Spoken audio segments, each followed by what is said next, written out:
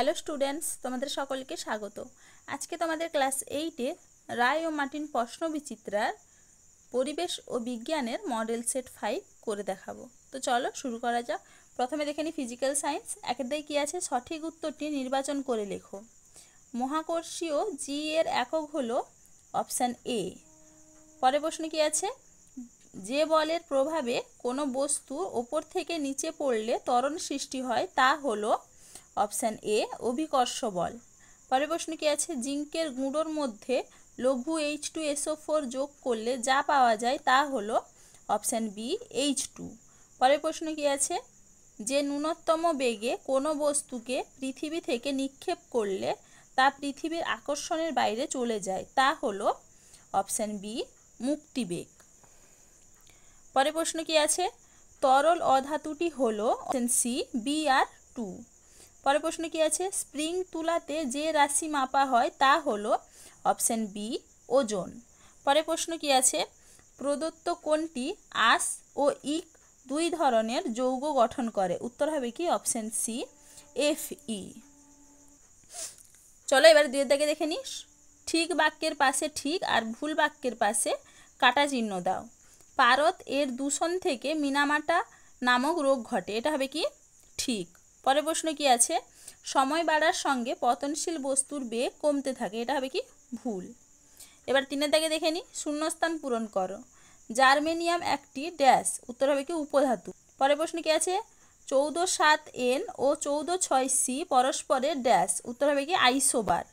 পরের প্রশ্ন কি আছে, প্রমাণ বায়ুচাপের মান 10.3 মিটার উঁচু জলস্তম্ভের চাপের সঙ্গে সমান। চলো এবারে চারের দিকে দেখে নিই। নিচের প্রশ্নগুলির সংক্ষিপ্ত উত্তর দাও। একটি পশম ও এবনাইট দণ্ড পরস্পর ঘষলে কোনটিতে কি জাতীয় তড়িতের সৃষ্টি হবে? এবনাইট দণ্ড হবে ঋণাত্মক আর পশম হবে ধনাত্মক। পরের প্রশ্ন কি আছে, তুমি একটি কাঠের বাক্সকে 9.8 নিউটন বল দিয়ে টানছো কিন্তু বাক্সটি নড়ল না, এক্ষেত্রে বাক্সটির ওপর ক্রিয়াশীল ঘর্ষণ বলের মান কত?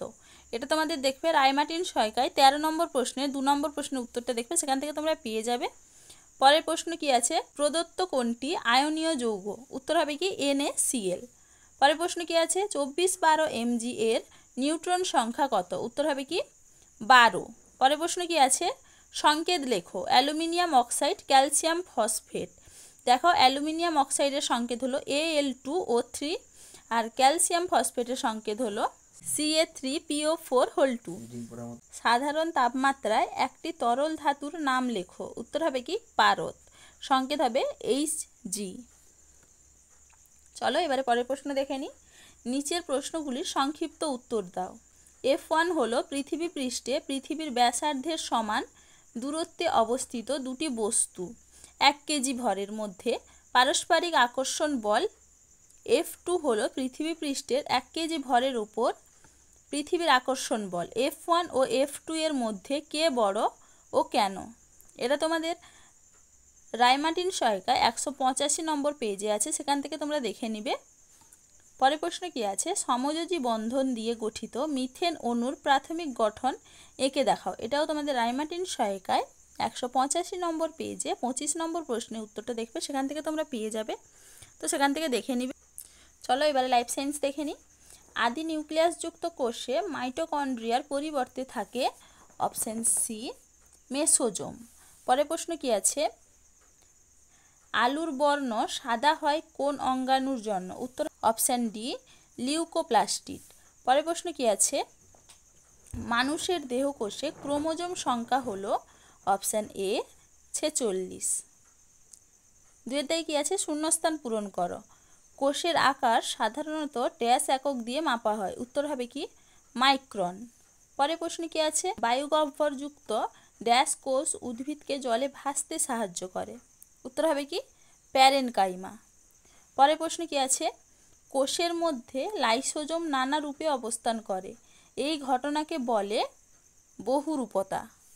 পরের প্রশ্ন কি আছে, উদ্ভিদের মূল ও পাতার অন্তঃগঠন পর্যবেক্ষণের জন্য ড্যাশ ধরনের অণুবীক্ষণ যন্ত্রের প্রয়োজন?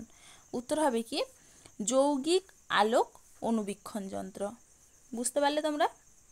চলো এবারে 3 দাগে দেখে নিই। নিম্নলিখিত প্রশ্নগুলির উত্তর দাও। কোন কলা প্রাণীদেহে তাপমাত্রা নিয়ন্ত্রণ করে? উত্তর হবে কি যোগ কলা। পরের প্রশ্ন কি আছে?